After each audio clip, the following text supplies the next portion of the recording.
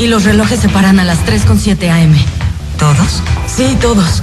Tienes 13 horas para escapar del laberinto. Luego tu pequeño hermano va a ser de los nuestros. Por siempre. ¿Escuchaste esos gritos de bebé? Shh. Ya cállense, no hay ningún bebé por aquí. ¡Ordeno que salgan! ¡Sucio espíritu! ¡Echándolo por detrás, ¡En el nombre de Dios Jesucristo! Pero todo lo que sé como ser humano, todo lo que soy me dice que fue real. Ahora existe solo como parte de una simulación neurointeractiva que llamamos Matrix. Bienvenidos a De Película, el espacio de Caracol Radio dedicado al séptimo arte. Dirige y conduce Mario Alcalá.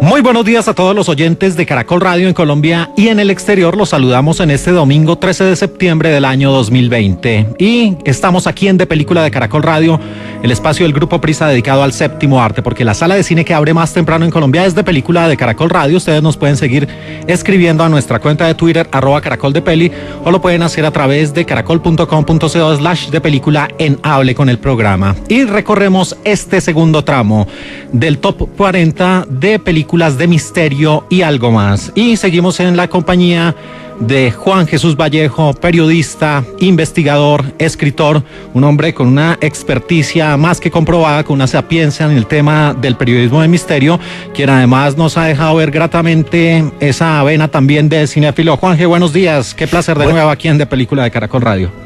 Buenos días, Mario, muchísimas gracias de nuevo por hacerme un hueco en tu programa. Y sí, teníamos que terminar esta lista de películas más importantes del cine fantástico, cine de terror, cine de ciencia ficción. Y es un cine que desde mi punto de vista creo que además es el que más masa mueve en las grandes salas y del que soy un enamorado total y absoluto. Y prueba de ello es esta muy buena lista que ustedes nos han entregado a los oyentes de Película de Caracol Radio, con producciones que abarcan varios tópicos, como los que recorreremos también, grandes clásicos del cine de todos los tiempos. Así que, Juanje, vamos del 20 al 1 aquí en De Película de Caracol Radio. Listo. Número 20.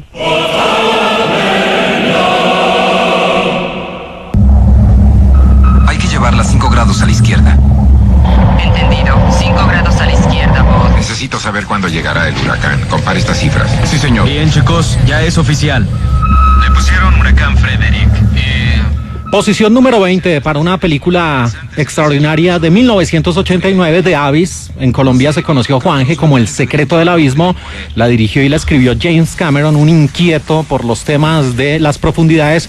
Y como raza humana siempre hemos estado intrigados acerca de qué está allá abajo en las profundidades. Efectivamente, y para mí lo original de Abyss es que realmente lo que nos muestra es que queremos investigar el espacio y lo que hay en las estrellas, pero no conocemos bien qué es lo que hay en las profundidades abisales del planeta. Sigue siendo un gran misterio.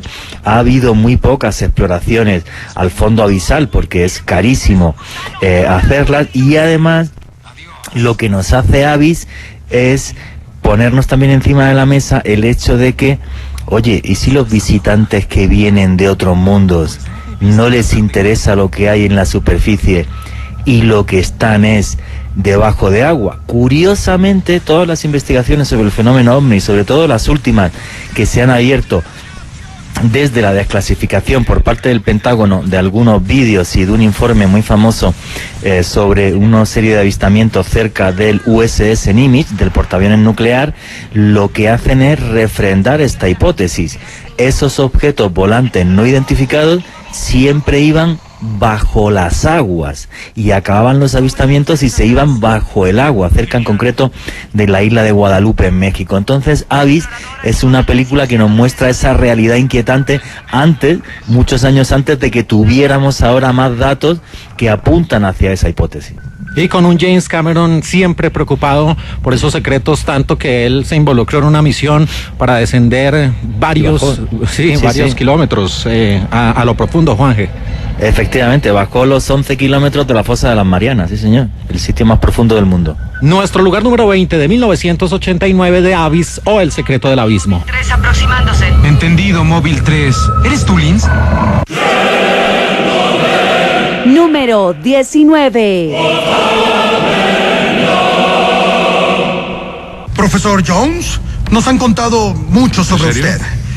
Profesor de arqueología, experto en ocultismo y, ¿cómo decirlo? Un buscador de antigüedades raras. Posición número 19, una muy buena saga cinematográfica iniciada con Cazadores del Arca Perdida, El Templo de la Perdición, también La Última Cruzada, bueno, esa nefasta cuarta, El Reino de la Calavera de Cristal. Juanje, pues me imagino que una película muy recomendada sobre todo para ese espíritu de aventurero, de investigador, de relacionar misterios de la humanidad también con los nazis y todo esto que logró esta saga maravillosa de Steven Spielberg. Es que Steven Spielberg es un genio. Aparte, esta saga de películas surge por una borrachera en Hawái entre Steven Spielberg y George Lucas. Y Steven Spielberg le dijo a George Lucas, oye, voy a hacer unas películas muy divertidas. No van a ser como Star Wars, pero van a ser muy divertidas. Y realmente lo que tiene Spielberg es cómo se documenta. Los nazis realmente buscaron el Arca de la Alianza, la buscaron en la ciudad de Tanis, como aparece en la película. Eso no es ciencia ficción, es una realidad. Se llamó Operación Trompetas de Jericó y arrancó en 1942. Y, por ejemplo, el Santo Grial lo buscó un señor por parte de los nazis que se llamaba Otto Rahn en Francia.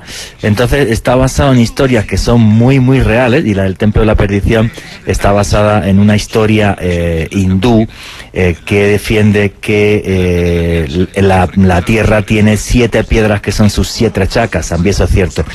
Entonces a mí es una película que me afectó tanto y leí tanto sobre ese tipo de cosas que luego me fui a Francia realmente a seguir las huellas del Santo Grial, me fui hasta Israel a seguir las huellas del Arca de la Alianza. Entonces son búsquedas que a día de hoy siguen haciendo algunos arqueólogos y algunos investigadores, y realmente repasa el pasado de la antigüedad desde el punto de vista de la magia de una forma magistral. O sea, amo Indiana Jones, es la saga de películas que más ha afectado a mi vida, pues ya te digo, hasta luego me dediqué a eso, y amo este personaje de Indiana Jones, y amo las 3 primeras, la última también me decepcionó mucho, como a ti. Sí, el famoso Reino de la Calavera de Cristal. Pues nos quedamos con esas 3 primeras entregas, incluyendo esta cuyos sonidos tenemos de fondo, Los Cazadores del Arca Perdida, la saga de Indiana Jones. En una tormenta de arena que se prolongó todo un año, fue borrada por la ira de Dios. Número 18. No, mi padre no luchó en la guerra, era navegante de una nave de carga. Eso es lo que te dijo tu tío. Él no estaba de acuerdo con los ideales de tu padre, quería que no se involucrara. ¿Usted luchó en las guerras clones? Sí, fui uno de los caballeros Jedi, igual que tu padre. Posición número 18, una saga cinematográfica que para muchos en su tiempo pues cambió la forma de ver el cine, y viajamos al espacio a través de los fotogramas con Star Wars, la obra maestra de George Lucas. Y Juanje, esta producción pues empieza a finales de los años 70 y nos muestra que no somos una única raza, sino que está llena la galaxia de diferentes especies. La genialidad de George Lucas en esta película es coger varios conceptos que son reales, de los que él se había documentado mucho, y crear una ficción en un futuro imposible donde la galaxia está dominada por el mal. Te pongo un ejemplo muy sencillo, el concepto de la fuerza. Pues el concepto de la fuerza existe en la realidad, y es igual que el concepto del chi para los chinos, el concepto del ki para los japoneses, o el concepto del prana para la religión hindú. Entonces, este tipo de conceptos existen, y luego, por ejemplo, hay un personaje que me fascina, que es Darth Vader, y tú sabes que el casco de Darth Vader es una copia de un kabuto samurái, es un kabuto samurái modificado. O sea, es una genialidad de principio a fin. Las 3 primeras. Las 3 segundas me parecieron horribles, y de las 3 terceras, la última trilogía, la primera y la última me encantaron. La segunda me pareció malísima, pero malísima. Pero en fin, las 3 primeras realmente marcaron un antes y un después en la historia del cine. y están muy bien documentadas en ciertos hechos que tienen un trasfondo religioso para algunas de las religiones más importantes del mundo, como es el budismo. Y estos sonidos pertenecen a esa que abrió la senda de 1977, La Guerra de las Galaxias, Una Nueva Esperanza, es episodio 4. Vea, nos penetra y mantiene unida la galaxia.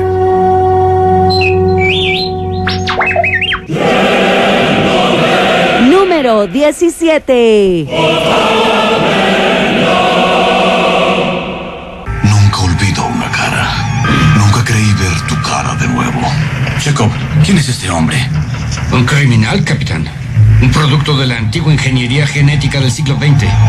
¿Qué quiere de nosotros? Señor, demando que no está. Llegamos a la posición número 17 y siempre he dicho que en la vida o se es de los Beatles, o se es de los Rolling Stones, o se es de Pelé, o se es de Maradona, o se es de Star Wars, o se es de Star Trek. Los famosos Trekkies. La otra visión más trascendental y un poco, dicen muchos, Juanje, más aterrizada de la galaxia y que sí, entró en franca lucha con Star Wars aquí bajo el gran protagónico de William Shatner con esta Ira de Khan de 1982. Sí, pero es que el tema de esta lucha entre Star Trek y Star Wars, que a mí me encantan las dos, pues tuvo detrás, sobre todo en Estados Unidos, todo un movimiento cultural que es que pues la gente, digamos, más racional y más científica pues eran los Trekkies y odiaban a la gente de Star Wars porque era demasiado místico, ¿no? Mientras que Star Trek es como más científica, entre comillas. Entonces estas sagas afectaron a todo lo que es la contracultura. Hay muchas curiosidades de Star Trek que a mí realmente me fascina, y una de ellas, por ejemplo, es los malísimos, los Klingon, sí, a los que se les creó un idioma. O sea, el idioma Klingon se creó para la saga. Voy a decirle a toda la gente hola en Klingon, que es Nukeg. Nukeg es hola en Klingon, así que como ya estamos por la mañana, en vez de decir buenos días, les voy a decir hola en Klingon, que es Nukeg, para que nos sumerjamos en ese universo mágico y fantástico que crearon todas las personas que se implicaron en el lanzamiento de Star Trek. Y sí, se puede ser fácilmente de las dos sagas y sacar lo mejor de cada una. Claro. Con esta serie de películas que han sido varias, las de Star Trek, y cómo le han parecido las más recientes, porque nos fuimos a las primeras. Sí, las dos últimas nuevas me encantaron. Con sinceridad, a mí me encantaron las dos últimas nuevas, sí. Y esta de 1982 con el gran Ricardo Montalbán, quien era Khan con toda su ira en 1982, nuestra posición 17, Star Trek. Nunca se molestó en mirar nuestro progreso. Número 16.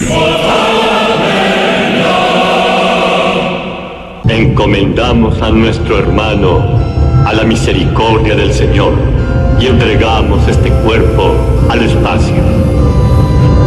De cenizas a cenizas, de polvo a polvo. Lugar número 16 de 1985, una emotiva película de Wolfgang Petersen. Se trata de Enemy Mine, Enemigo Mío, una producción con Dennis Quaid que, Juan, que nos mostraría ese escenario muy probable de que tuviéramos que tener relaciones con una especie, podría decirse, superior y tratar de convivir en un mismo universo. Efectivamente, pero esta película lo que pone de relieve, y a mí me fascina, es que si tú le ves el rostro a tu enemigo y hablas con tu enemigo, al final el enemigo acaba siendo un ser vivo como tú, en este caso no un ser humano, pero un ser que tiene alma como tú. Y entonces, pues, todas las diferencias quedan en nada. O sea, lo que hace que nos matemos al final siempre es lo mismo que es la política, y siempre es lo mismo, es esos odios absurdos y esos nacionalismos, y entonces ellos solucionan todo este problema haciendo que sea un extraterrestre y un humano, que en principio son enemigos, los que acaban siendo amigos para sobrevivir en un planeta que es ajeno a los dos, y uno de ellos, pues el humano, pues incluso acaba llevando el hijo del otro a una gran ceremonia a su planeta de origen. Entonces me parece maravillosa esta película, porque lo que hace es eso, es demostrarnos que nuestros enemigos en realidad no deberían de por qué serlo si le ponemos rostro, si le ponemos alma al que tenemos enfrente de nosotros. Gran producción de 1985 también con Louis Gossett Jr., nuestro lugar número 16, Enemigo Mío.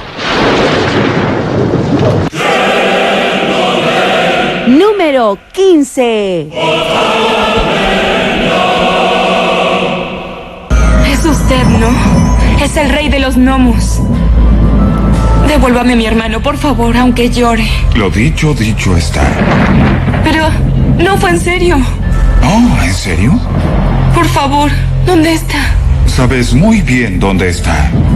Por favor, devuélvamelo, por favor. Llegamos al lugar número 15 y durante nuestras siguientes 4 posiciones vamos a navegar los terrenos de la magia, de la fantasía, de esos seres ancestrales. Y empezamos con esta producción de 1986, Laberinto o Dentro del Laberinto. Jim Henson, el mismo hombre de los Muppets, crea esta historia que tenía como uno de sus protagonistas, y podría decirse el villano, a David Bowie. Y vemos ese juego de criaturas en medio de un laberinto mágico, Juanje. Efectivamente, es que para mí Jim Henson es un genio, el creador de los Muppets. Solo hizo 2 películas y las 2 las puse en la lista.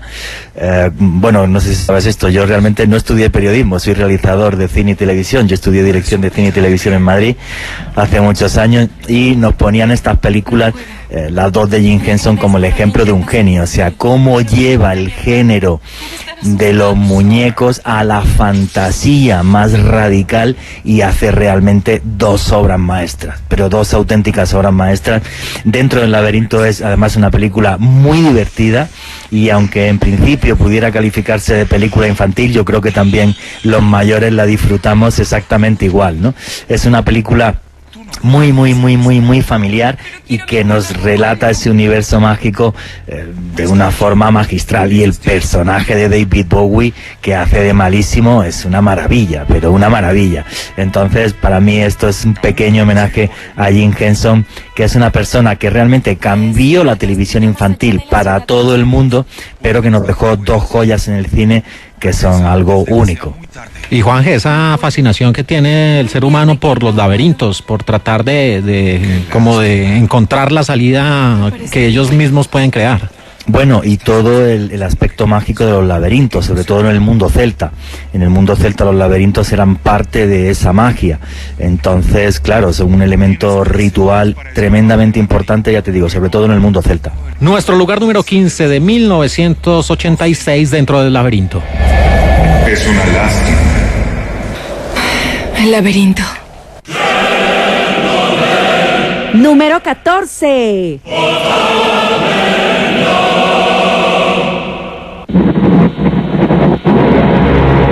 En otro mundo, en otro tiempo, en la era de la maravilla. Hace 1000 años, esta tierra era verde y era buena, hasta que se quebró el cristal. Un solo trozo se perdió, un fragmento del cristal. Así empezó la porfía. Llegamos a la posición número 14 con una película de 1982, ya la citaba Juanje, otra obra maravillosa, The Dark Crystal, Cristal Oscuro, del mismo Jim Henson, y aquí también se suma esa magia, esa fantasía, pero llevada a generaciones ancestrales y con artefactos que simbolizan eso, ¿no, Juanje? Esa magia ocultada a través de los siglos. Es que lo que hace ya Jim Henson en esta nueva película, en Cristal Oscuro, es llevarnos el mundo de la magia a lo ancestral y a otro planeta, donde se mezclan los duendes, las hadas, con unos seres terroríficos que tienen en forma de buitre. Y, o sea, para mí es eso, o sea, es una explosión de imaginación lo que hace Jim Henson en esta película Cristal Oscuro, que para mí no tiene parangón en la historia del cine. O sea, fíjate qué diferente es a Dentro del Laberinto. Es una película donde la protagonista es una adolescente, donde sale David Bowie. En cambio, Cristal Oscuro no. Cristal Oscuro es pura fantasía desde principio hasta el fin, llevada de una forma magistral, con un guión también magistral, que ahora han sacado una saga en Netflix, que no la he visto, por cierto, sobre Cristal Oscuro, como una especie de continuación de la película, pero que es una auténtica maravilla. O sea, yo tenía que poner las 2 películas de Jim Henson porque realmente creó un género desde mi punto de vista de cine con los muñecos, igual que hizo con los Muppets, que luego no ha tenido continuación. Nadie ha sido capaz de seguir lo que arrancó Jim Henson de una forma magistral, que además fueron taquillazos en el cine. Y con la coproducción de Frank Oz de 1982, Cristal Oscuro. Traer nueva vida del sol. Hoy nuevamente se llenarán de energía, engañarán a la muerte. Número 13. Es una época de terror. Los profetas han presagiado el nacimiento de una niña que sería la ruina de la poderosa reina Abmorda. Al capturar a todas las mujeres embarazadas del reino, la reina perversa jura que destruirá a la niña cuando haya nacido. Llegamos a la posición número 13 con La piel de gallina, con escalofríos recorriendo el cuerpo con estos sonidos de 1988. ¿Quién no soñó despierto con esta gran obra de Ron Howard que mezclaba brujas, poderes mágicos, enanos, brujería, magia, todo llevado de una forma maravillosa en Willow, Juanje? Efectivamente, y esa niña se llamaba Elora Danan, una elegida que tendría que cambiar el mundo. Para mí es una película que lleva el cine de capa, magia y espada a un nivel familiar tremendo. Yo recuerdo de niño cuando la vi con mis papás, y es una película a la que le tengo un gran cariño, y efectivamente es una película donde vemos unas escenas, sobre todo de brujería, y cómo serían esos rituales llevados al tema fantástico, pero realmente con una base real, porque la brujería marcó sobre todo toda la Edad Media en nuestro planeta, en Occidente, y lo hacen de una forma magistral y de trasfondo una historia de amor maravillosa, donde malos y buenos son capaces de unirse en torno al amor, ¿no? Que el amor es la única fuerza capaz de romper la oscuridad. Entonces ese es uno de los mensajes de Willow que me parece maravilloso. Y efectivamente una película muy familiar, muy bien construida, con un ritmo narrativo tremendo y una acción buenísima. Y Juanje, el trucaje de la vieja escuela, poco CGI, pocos efectos de computador, sino de la vieja escuela para hacernos soñar despiertos. Efectivamente, qué buena frase la que has dicho tú, nos hacía soñar despiertos porque nos metía en ese mundo mágico que supuestamente tuvo que ser en cierta medida real hace 4 o 5 siglos. Nuestro lugar número 13 de 1988, Willow.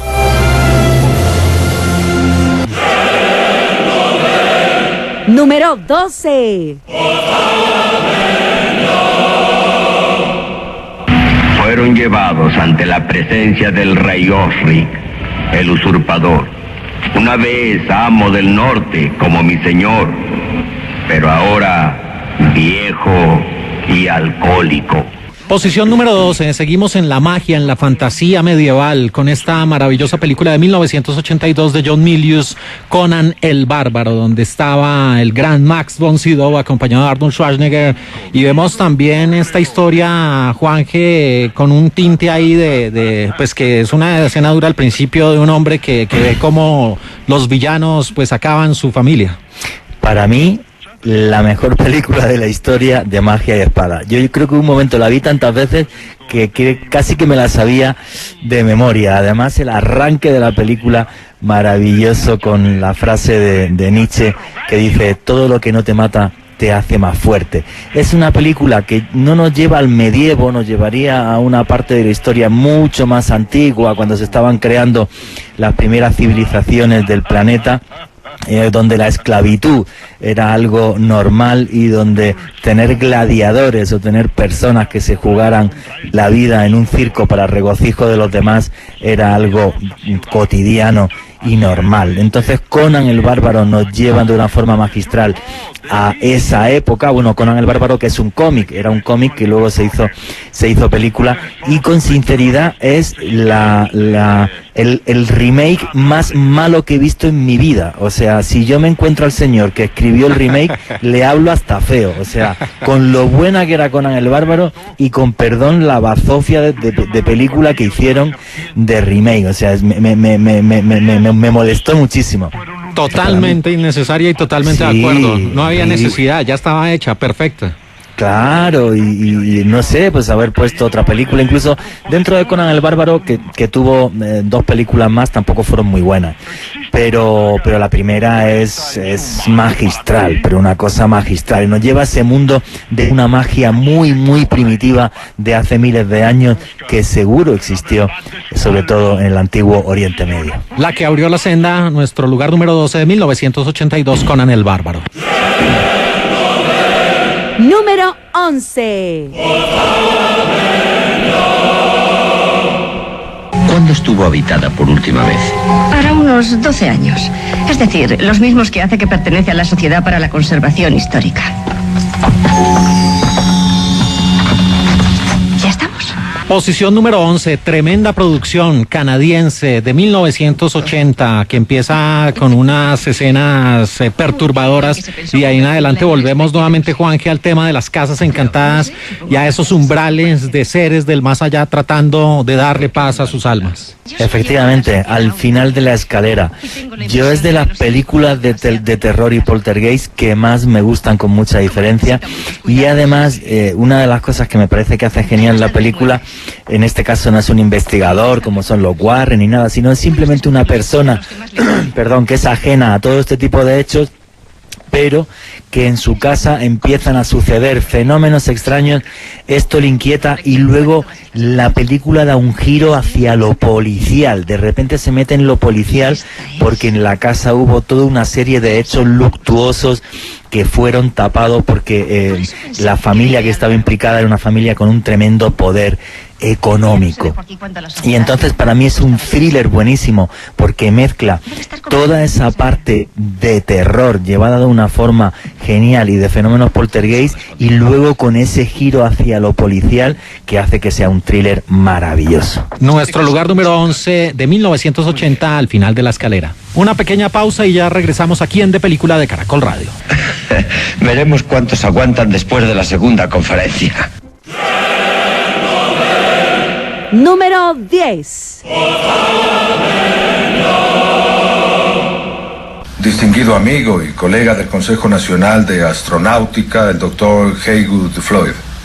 El doctor Floyd ha venido especialmente a Clavius para estar con nosotros. Continuamos aquí en De Película de Caracol Radio, la sala de cine que abre más temprano en Colombia con este top 40 de misterio y algo más. Estamos con ustedes Juan Jesús Vallejo y Mario Alcalá. Llegamos a una producción amada y odiada en partes iguales, pero que no hay que quitarle el mérito, Juanje, de ser una obra maestra en todo el sentido, en el concepto, en su parte estética, y pues quién podría ser otro detrás de ella que el gran Stanley Kubrick, con esta producción que miró el espacio desde otra forma y una película con una y mil interpretaciones, ¿ah, Juanje? Sí, para mí es una obra maravillosa, aparte la escena con la que arranca la película, con aquellos monos partiendo huesos que de repente parece que adquieren inteligencia, toda una trama que lo que nos pondría encima de la mesa es eso, ¿no? Es que a lo mejor el origen de nuestra inteligencia, el origen de lo que somos, podría ser extraterrestre. Y esto nos puede parecer una locura, pero realmente no lo es, porque hay una teoría científica que es la de la panespermia, que es la que la vida se originó porque llegó desde fuera de nuestro planeta. Y luego, en libros llámalo de periodismo de misterio, lo que sea, este tipo de teorías que están ahora súper de moda con series como Ancient Alien, las pone muy de moda, se empiezan a poner muy de moda en los años 70, los años 80, y a día de hoy, pues siguen arrasando. Entonces Stanley Kubrick es un director que tiene la sensibilidad para buscar historias así que tengan un gran calado, y efectivamente es odiada y amada como es odiado y amado todos los documentales y todas las series que hablan de esta posibilidad de que hubiera una intervención extraterrestre en la historia de la humanidad. Alguien que lo escribió y que arrasó con esto fue el famosísimo Erich von Däniken. El primer libro que se escribió sobre esto, Recuerdos del Futuro, que tardó 2 años en que alguien se lo publicara, no le hacían caso, vendió más de 40 millones de ejemplares, para que vea tu público pues, cómo le interesa esto a la gente. Y del tipo de películas que, Juanje, son muy pocas, que uno ve y le sigue encontrando cosas y la vuelve a ver y le sigue encontrando cosas. 1000 detalles, es que tiene 1000 detalles, pero eso es el talento de Stanley Kubrick, ¿eh? Eso es el talento de Stanley Kubrick. O sea, el tipo es un genio como realizador de los mejores de la historia. Y con la música de Richard Strauss, nuestro lugar número 10 de 1968-2001, Una odisea en el espacio. La situación antes de pensar en anunciarlo públicamente. Número 9. Athenaeum Club? Is Inspector Shara still there? Yes, thank you.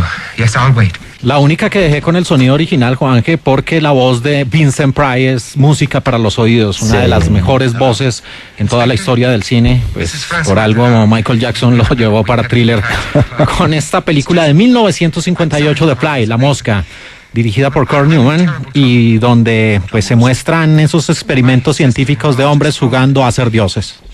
Efectivamente, por eso puse esta película, porque es una película de ciencia ficción que nos muestra los peligros potenciales de la ciencia. La ciencia es algo maravilloso, pero la ciencia tiene que dejarse llevar siempre por la ética y con un gran cuidado con las cosas cuando se está metiendo en fronteras del conocimiento que pueden ser muy peligrosas.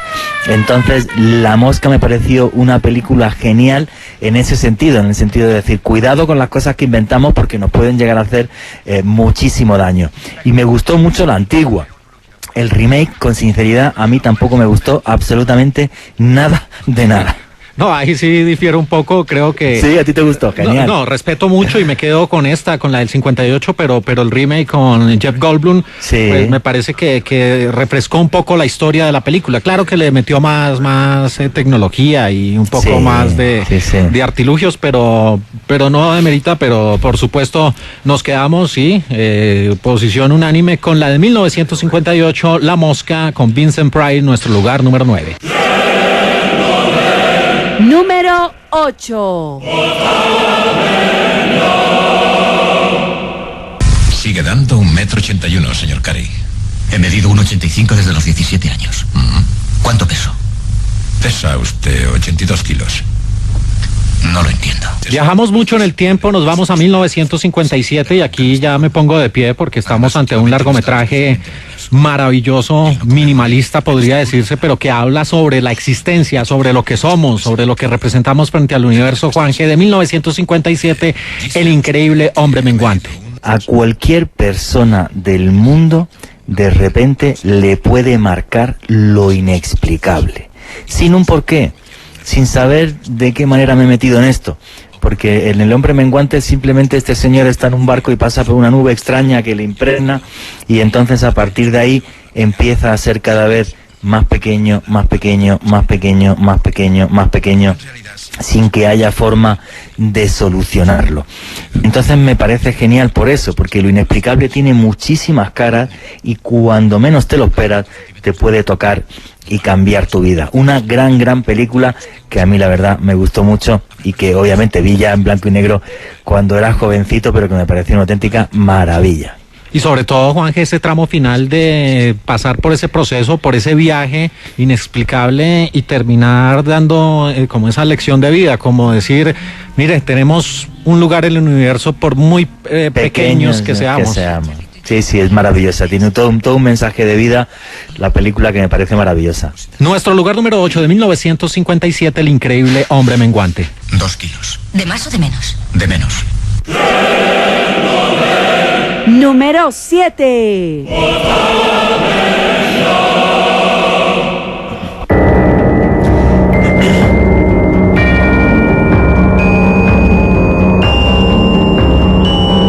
Increíble que una cinta silente tenga tanta elocuencia y por eso está siempre en los conteos de las mejores producciones en toda la historia del cine.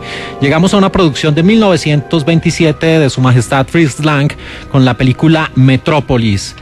Qué manera de adelantarse al tiempo, Juanje, y retratar una sociedad o a la raza humana a través de una producción.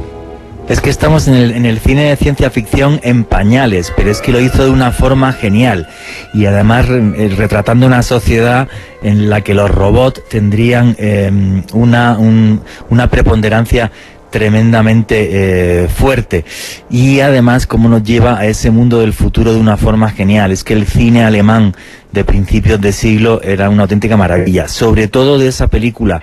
Súper destacable la estética. El concepto estético es brutal, a tal punto que una copia del cartel original de la película es lo que tenía en el salón de mi casa durante muchísimos años cuando vivía en Madrid. O sea, es genial. Y bueno, este tipo de películas las pongo por eso, porque estudié en una escuela de cine y entonces pues son de las cosas que me tocó estudiar y me parecieron una auténtica maravilla, una capacidad de adelantarse al futuro magistral, y algo que en ciencia ficción luego tardó muchos años en verse reflejado de una forma tan magistral como esta. Y además, Juanje, que la película no solo se queda en el plano cinematográfico, sino que se vuelve referente para artistas, para compositores, sí, claro, para escritores. Sí, o sea, ya te digo, porque el concepto estético alemán de principios de siglo era genial, tan genial que ha sido capaz de romper las barreras del tiempo, ya te digo. O sea, ese tipo de estética es una maravilla y ha influido hasta en el mundo de la moda, ¿eh? O sea, es una pasada, vamos. Por eso no entiendo cierta animadversión de la gente cuando le nombran películas mudas y dicen, ¿yo qué voy a ver eso? Pues no saben de lo que se están perdiendo con obras maravillosas. Y no solo eso, sino que el que le guste el cine, o las personas que hemos estudiado cine, obvio tenemos que ir a los comienzos del cine y del documental, por ejemplo, con Nanook, que es el primer documental y todo. Pues hombre, te toca estudiarlo, quizás, bueno, pues es mi profesión, pero cualquier cinéfilo tiene que hacerlo para entender lo que es el cine, claro. Nuestra posición número 7 de 1927, Metrópolis. Número 6.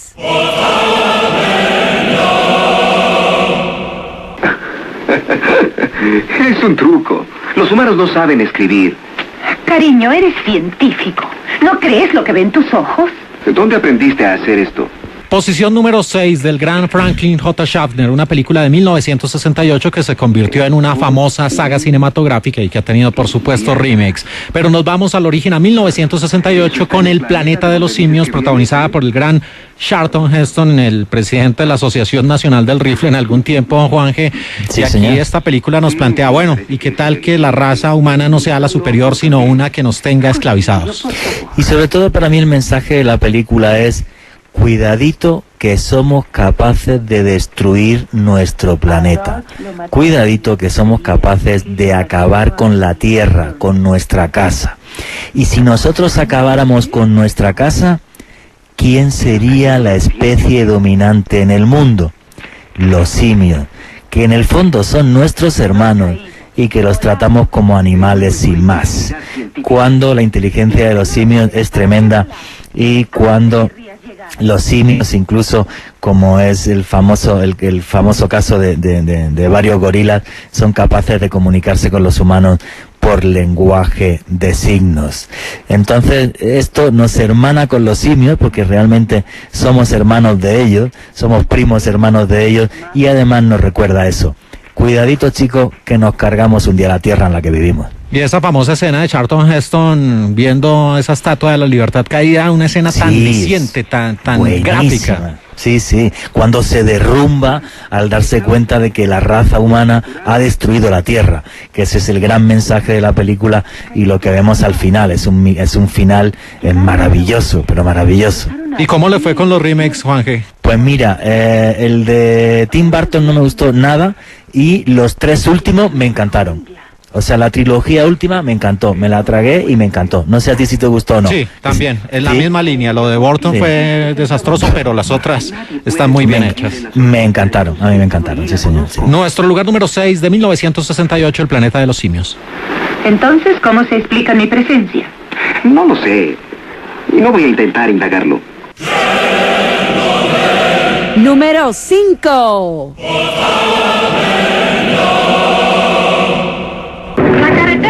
Hacia el corazón de los Cárpatos, uno de los lugares más agrestes y menos conocidos de Europa. Permítame. Muchas gracias. Viajamos nuevamente casi un siglo atrás en el tiempo, nos vamos a una producción de 1931 y sí, han pasado por ahí Christopher Lee, también Gary Oldman, sí, pero sí. Drácula es Bela Lugosi. Sí. En eso creo que no tenemos discusión, Juan, con esta película, y lo que nos entregó, lo que nos dejó para la posteridad Bram Stoker no tiene nombre, no tiene una dimensión. Es que claro, o sea, aquí hay que pensar que todo esto parte de una novela, de la novela de Bram Stoker, que es un antes y un después en la literatura, y que en el cine yo no sé cuántas versiones de Drácula hay, unas mejores, otras peores.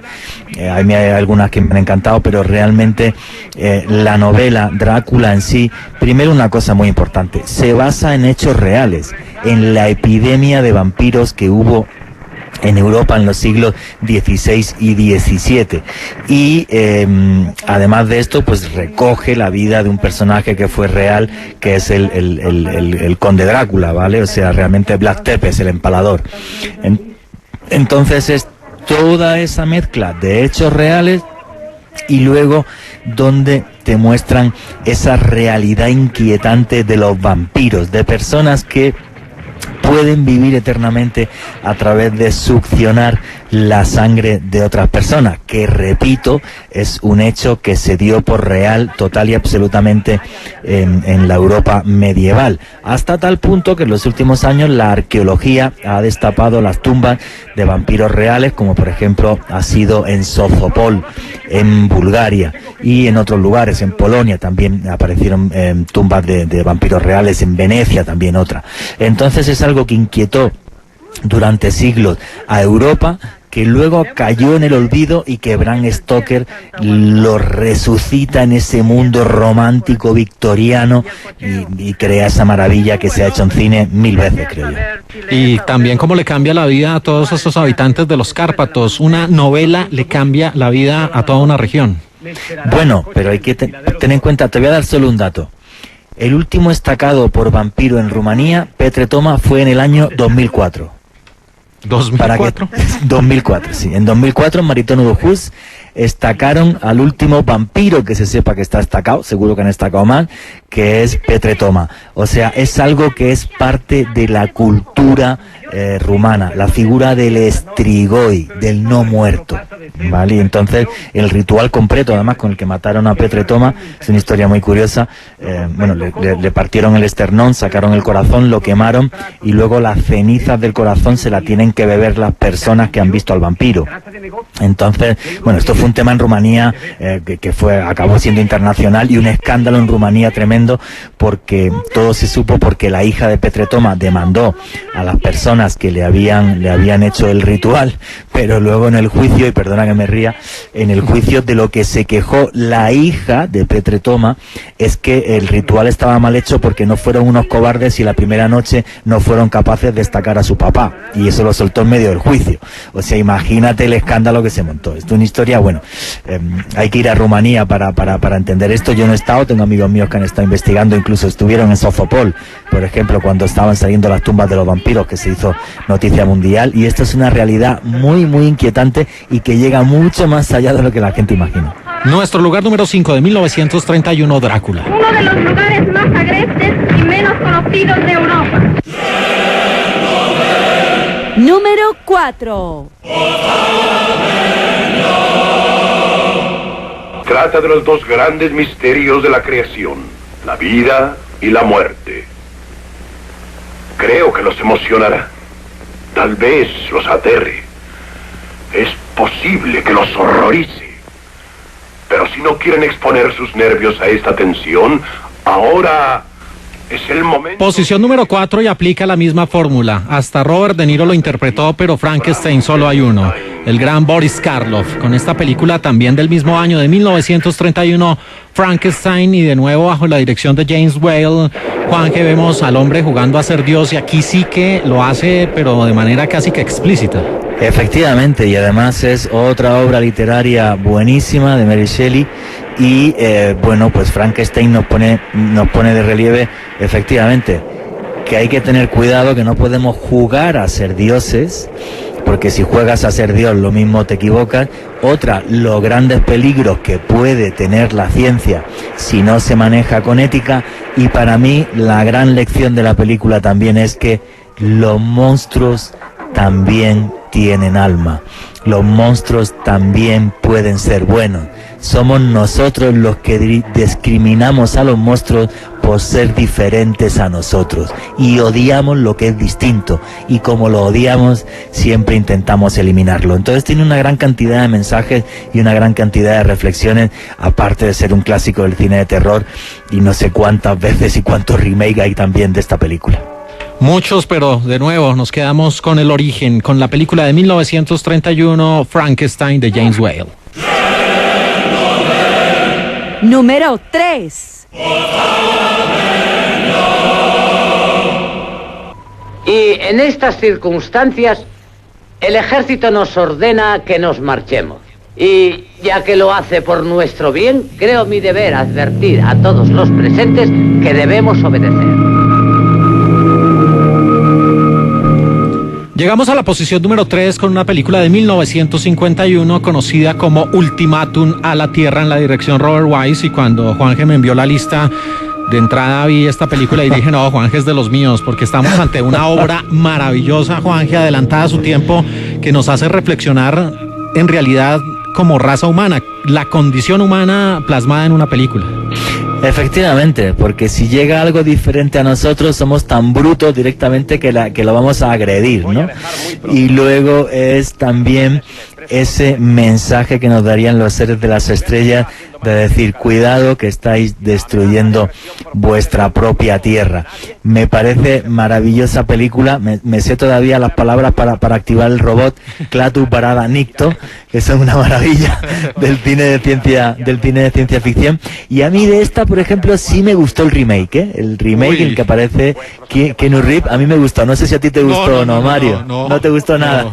Hombre, mejor la antigua, eso sí, no cabe duda. Pero es una película maravillosa, que además, pues refleja el conflicto ese que sería si tenemos una primera visita clara y así abierta de seres de otro mundo. Es una auténtica maravilla del cine de ciencia ficción. Juanje, qué bien vendría en estos tiempos, especialmente en estos tiempos, que llegara un ente superior a poner orden, a decirnos, oiga, pórtense bien, o si no, ustedes van camino a la perdición. No sé si es poner orden, pero por lo menos a dar un mensaje contundente de lo que somos, si quisiéramos una reflexión sobre lo que somos. El fenómeno ovni es tremendamente complejo de investigar y hay que tener mucho cuidado con esos supuestos mensajes que nos llegan a la Tierra y que algunos dicen interpretar. Yo con eso tengo mucho cuidado y lo cojo siempre con pinzas, ¿vale? Pero yo sí estoy convencido de que están entre nosotros y que llevan entre nosotros, no ahora, desde hace miles de años. La gran pregunta es, ¿qué quieren de nosotros? Eso es lo que no sé. Pero bueno, el fenómeno ovni me maravilla y es parte de mi vida, le he dedicado parte de mi vida y lo seguiré haciendo seguro, vamos. Nuestro lugar número 3 de 1951, Ultimátum a la Tierra. No nos interesan los asuntos internos de vuestro planeta, pero si amenazáis con extender vuestra violencia, la Tierra quedará reducida a un montón de cenizas. Número 2.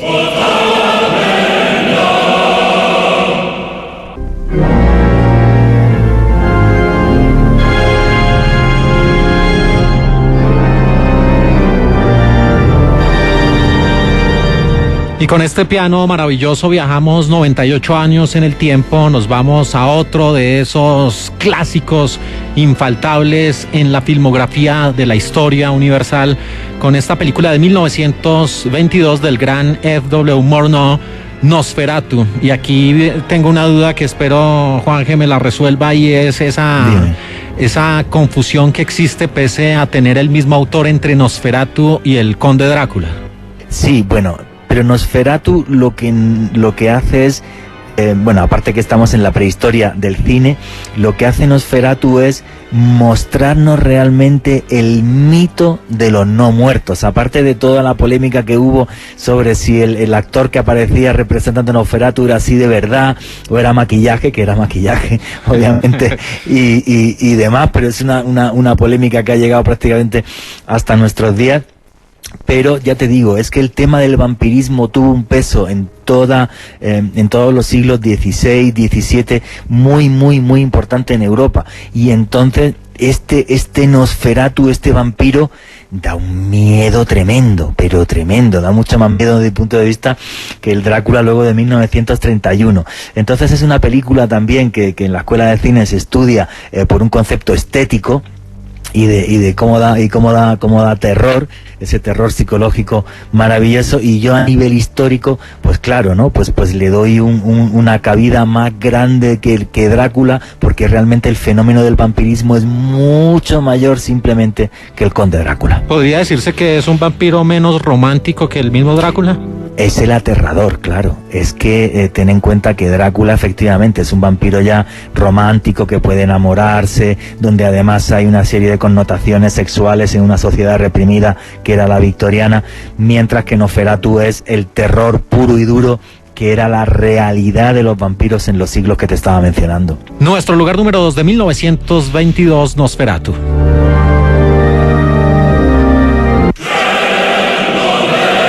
Número 1.